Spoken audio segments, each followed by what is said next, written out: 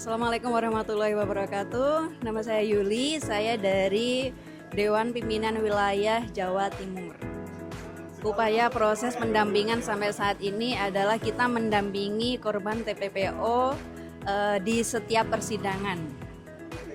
Tantangannya adalah banyak, yaitu salah satunya intimidasi.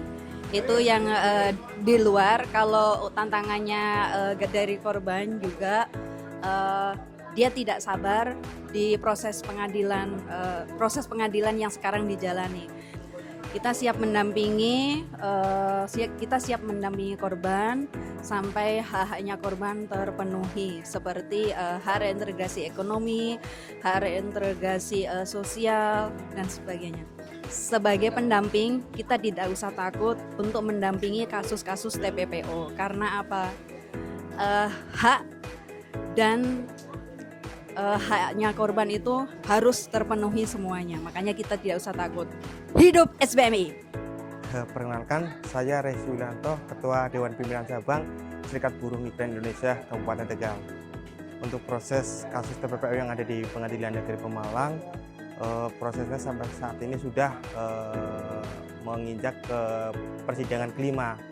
Kemudian untuk upaya dari kita SBMI tetap mengawal sampai sidang putusan keluar. Untuk tantangan pendampingan kita itu kita mengalami terkait dengan komunikasi yang kurang baik antara jaksa penuntut umum dengan pihak pendamping, sehingga untuk menghadirkan saksi korban itu kita agak kesulitan seperti itu. Kalau untuk intimidasi yang jelas ada, harapan kita yang jelas kepada para korban tidak perlu takut.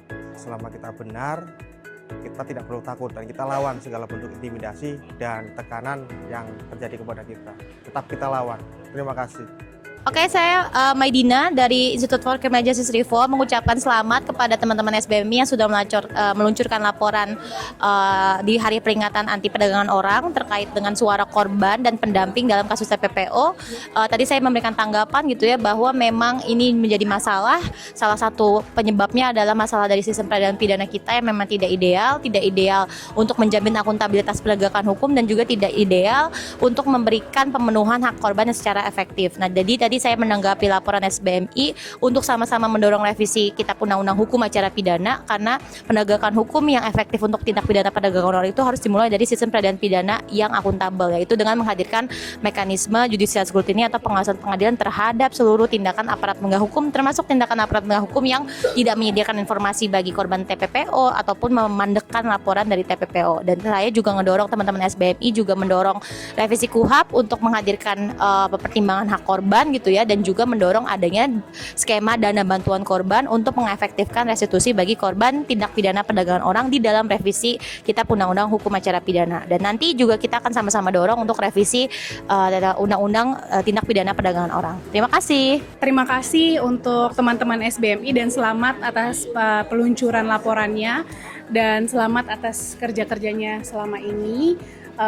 Jangan patah semangat, saling terus mendukung satu sama lain, berkolaborasi dengan teman-teman di sektor lainnya juga, dan ya kita sama-sama terus menyambung semangat gitu, karena isu ini adalah isu yang kompleks gitu dan dibutuhkan urun rembuk dan juga upaya dari semua pihak seperti itu. Jadi selamat Hari Anti Perdagangan Orang Sedunia.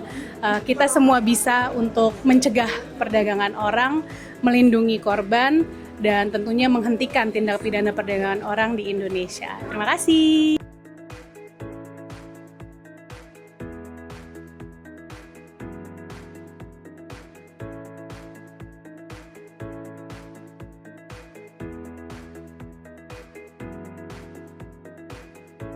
Kebetulan tetangganya itu adalah perekrut ataupun sponsor di desa.